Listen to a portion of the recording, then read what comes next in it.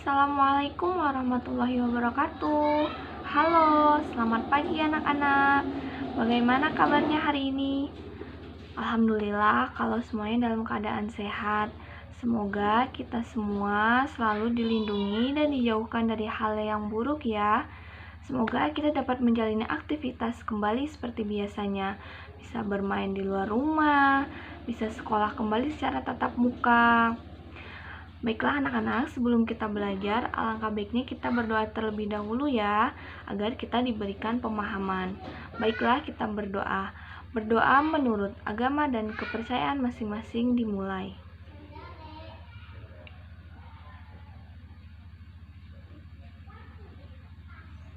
Selesai. Sebelumnya, Ibu mau memperkenalkan diri dulu ya. Perkenalkan, nama Ibu Evi Setianingsih. Anak-anak bisa memanggil Ibu dengan sebutan Ibu Evi. Baiklah anak-anak, kita mulai saja ya pembelajaran pada pagi hari ini. Oh ya, sebelumnya Ibu mau bertanya nih, sudah ada yang tahu belum kita mau belajar apa hari ini?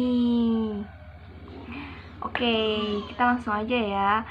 Jadi hari ini kita mau mempelajari mengenai bencana alam. Oh iya, ngomong-ngomong bencana alam, ada yang sudah tahu belum apa itu bencana alam? Ayo.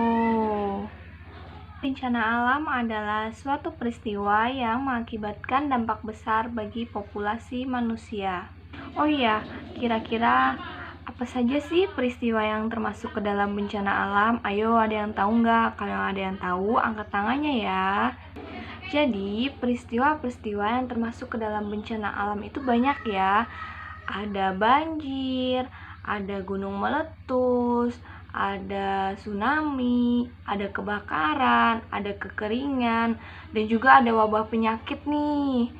Jadi wabah penyakit juga termasuk ke dalam bencana alam ya. Dan masih banyak peristiwa-peristiwa lainnya yang termasuk ke dalam golongan bencana alam. Oh ya, tadi kan kalian sudah menyebutkan nih ada peristiwa-peristiwa yang termasuk ke dalam bencana alam. Tadi Ibu dengar ada yang menyebutkan wabah penyakit. Nah, di Indonesia, di negara kita sekarang sedang terjadi satu wabah penyakit. Siapa yang tahu namanya? Ayo. Ya, betul. Jadi wabah penyakit itu diberi nama COVID-19. Ada yang tahu apakah itu COVID-19? Nah, COVID-19 atau sering disebut dengan coronavirus sendiri itu lebih mirip dengan gejala flu, di mana penderitanya akan mengalami sakit kepala, pilek, batuk kering, sakit tenggorokan, dan juga sakit kepala. Setelah itu, gejala tersebut dapat hilang dan sembuh atau bahkan dapat menjadi lebih berat. Penderita dengan gejala yang berat bisa mengalami demam tinggi, batuk berdahak, batuk berdarah, sesak nafas, dan juga nyeri dada. Oh ya, gejala-gejala tersebut muncul ketika tubuh sedang bereaksi dengan virus corona. Nah, setelah menyimak penjelasan mengenai virus corona, anak-anak diharapkan mampu untuk melindungi diri dari segala wabah penyakit ya. Semoga anak-anak selalu diberikan kesehatan. Baik anak-anak, kita move on yuk. Kita kembali ke pembahasan kita, yaitu mengenai bencana alam. Oh ya, tadi kan kita sudah menyebutkan peristiwa-peristiwa apa saja yang masuk ke dalam golongan bencana alam. Ayo, coba anak-anak sebutkan ulang peristiwa apa saja yang termasuk ke dalam bencana alam. Ada yang ingat? Oke, peristiwa yang termasuk ke dalam golongan bencana alam yang pertama ada gunung meletus. Ada yang tahu proses terjadinya gunung meletus itu seperti apa? Jadi, gunung meletus sendiri merupakan peristiwa yang terjadi akibat endapan magma di dalam perut bumi yang terdorong keluar oleh gas yang bertekanan tinggi. Magma sendiri merupakan cairan pijar yang terdapat di dalam lapisan bumi dengan suhu yang sangat tinggi. yakni diperkirakan lebih dari 1000 derajat Celcius. Nah, di Indonesia juga pernah terjadi letusan Gunung Merapi, dan tentunya ada beberapa daerah yang terkena dampak dari letusan Gunung Merapi. Daerah mana saja ya? Yang pertama, ada meletusnya Gunung Merapi. Gunung Merapi sendiri berada di daerah Jawa Tengah. Yang kedua, ada meletusnya Gunung Kelut. Ibu, Gunung Kelut di daerah mana sih? Gunung Kelut ada di daerah Jawa Timur. Yang ketiga, ada Gunung Toba. Gunung Toba di mana sih, Bu? Gunung Toba ada di daerah Sumatera Utara. Peristiwa yang kedua yang termasuk ke dalam bencana alam ada peristiwa banjir. Tentu tidak asing ya dengan peristiwa banjir. Ibu, banjir itu apa sih, Bu? Apakah dampak dari peristiwa banjir? Nah, jadi peristiwa banjir sendiri ialah sebuah peristiwa di mana luapan air dalam jumlah besar ke daratan yang biasanya kering. Banjir sendiri terjadi karena banyak hal ya. Yang pertama seperti terjadinya hujan yang berlebihan. Yang kedua, meluapnya air sungai dan juga air danau. Oh ya Bu, kira-kira apa ya upaya untuk menanggulangi banjir? Nah, upaya untuk menanggulangi bencana banjir ada banyak ya. Yang pertama, kita bisa menjaga lingkungan sekitar. Bagaimana sih Bu menjaga lingkungan sekitar? Nah, menjaga lingkungan sekitar di sini kita dapat dilakukan dengan cara tidak membuang sampah sembarangan, apalagi membuang sampah ke sungai ya. Apa sih Bu akibatnya kalau kita membuang sampah ke sungai? Akibat dari kita membuang sampah ke sungai itu akan membuat aliran sungai itu terhambat. Nah, nanti ketika ada hujan dengan durasi yang sangat deras, itu akan mengakibatkan meluap. Kenapa meluap? Karena ada sumbatan di dalam sungainya. Jadi, anak-anak tidak boleh ya kalau membuang sampah itu ke dalam sungai. Sampah itu tempatnya bukan di dalam sungai. Begitu anak-anak. Upaya yang kedua apa sih, Bu? Upaya yang kedua itu kita harus menghindari membuat rumah atau mendirikan sebuah bangunan di pinggir sungai. Upaya yang ketiga sendiri melaksanakan program tebing pilih atau reboisasi. Ada yang tahu nggak nih apa itu reboisasi? Ya, jadi reboisasi di sini ialah penanaman kembali pohon.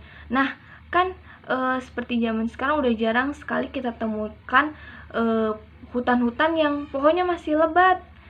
Itu tuh bisa mengakibatkan banjir kalau hutan itu dibiarkan dalam keadaan gundul, karena suatu saat nanti pohon-pohon tersebut itu dapat menyerap air apabila hujan datang dengan arus yang deras. Jadi ketika hutan gundul maka tidak ada yang bisa menampung derasnya air hujan. Jadi kita tidak boleh ya membiarkan hutan dalam keadaan gundul. Upaya yang keempat apa sih Bu? Nih upaya yang keempat ini nih masih sedikit nyambung dengan upaya kita yang pertama, yaitu dilarang membuang sampah ke sembarangan tempat, atau dengan kata lain kita harus membuang sampah pada tempatnya. Di mana sih Bu tempat yang pas untuk membuang sampah?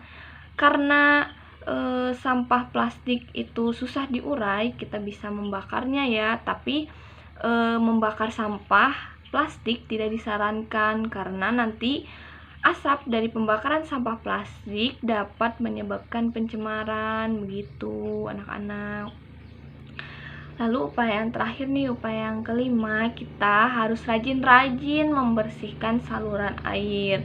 Saluran air itu biasanya ada saluran parit, saluran got. Kita harus rajin-rajin, tidak boleh ada sampah yang menyumbat aliran tersebut. Begitu anak-anak. Nah, peristiwa yang ketiga yang termasuk ke dalam bencana alam di sini ada tanah longsor. Bu, tanah longsor itu apa sih? Bu, bagaimana sih terjadinya tanah longsor? Tanah longsor sendiri merupakan salah satu jenis gerakan massa tanah atau bebatuan.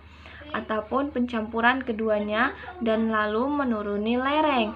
Biasanya tanah longsor ini terjadi pada ketinggian seperti tebing atau gunung atau daerah-daerah yang berada di ketinggian. Begitu anak-anak. Nah, jadi peristiwa yang keempat yang masuk ke dalam golongan bencana alam ada yang namanya kekeringan.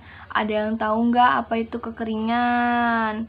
Hayo, baiklah, jadi kekeringan adalah kekurangan pasokan air pada suatu daerah dalam masa yang berkepanjangan. Masa yang berkepanjangan di sini bisa berbulan-bulan bahkan bertahun-tahun. Biasanya kejadian ini muncul bila suatu wilayah secara terus-menerus tidak mengalami curah hujan atau tidak mendapatkan hujan.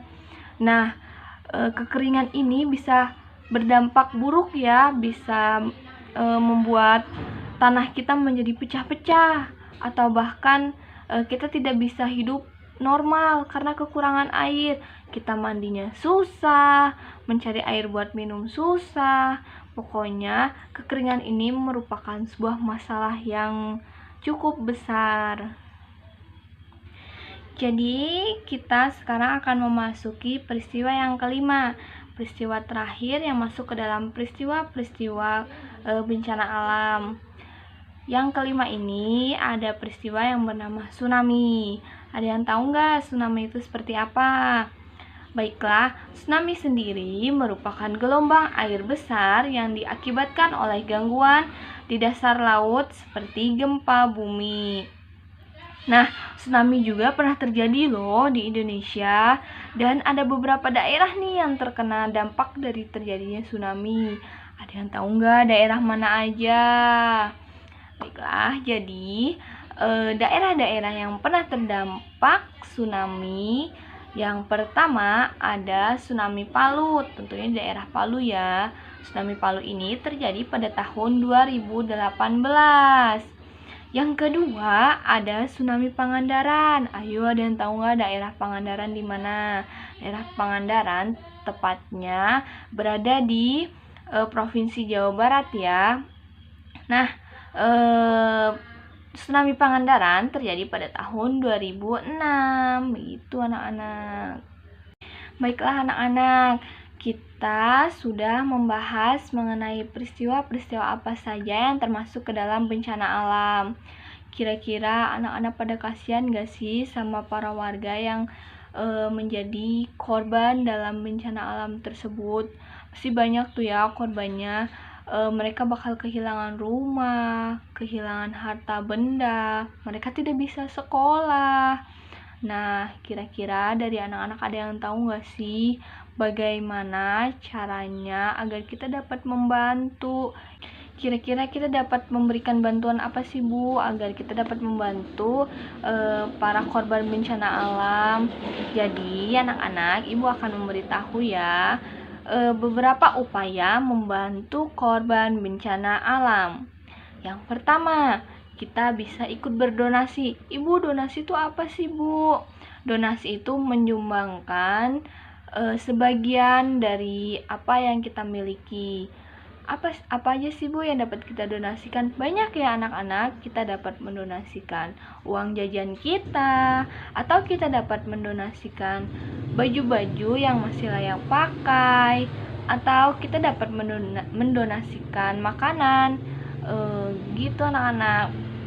Apalagi ya Bu, usaha yang dapat kita lakukan selain berdonasi, kita dapat ikut turun langsung ya dalam membantu korban bencana tersebut.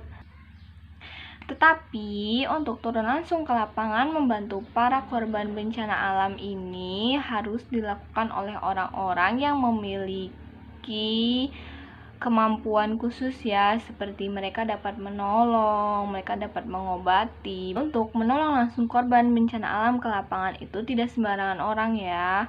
Jadi kita tidak bisa seenaknya, aku mau nolong si A, aku mau nolong si B, aku mau nolong korban banjir, aku mau nolong korban bencana tanah longsor gitu. Nggak bisa begitu ya anak-anak, karena orang-orang yang harus turun langsung ke lapangan itu adalah orang-orang yang sudah memiliki kemampuan khusus. Begitu anak-anak. Oh iya anak-anak, jadi mengenai pembahasan yang upaya membantu korban bencana alam itu, anak-anak sudah seharusnya mempunyai sikap empati ya ke sesama, harus saling tolong menolong terhadap teman. Oh ya, jika ada teman yang membutuhkan bantuan, ya sekiranya kita dapat membantu, kita bantu. Begitu anak-anak. Kenapa kita harus saling tolong-menolong? Ya karena kita sebagai manusia tidak bisa hidup sendiri. Kita itu termasuk ke dalam makhluk sosial yang sudah pasti akan membutuhkan orang lain. Kita harus dapat berguna bagi orang lain. Baiklah anak-anak, pembelajaran untuk hari ini sepertinya sudah cukup. Terima kasih untuk perhatian dan partisipasinya. Semoga anak-anak selalu diberikan kesehatan dan kita dapat dipertemukan di pertemuan selanjutnya. Ibu akhiri, wassalamualaikum warahmatullahi wabarakatuh. Dadah, sampai bertemu di pertemuan selanjutnya.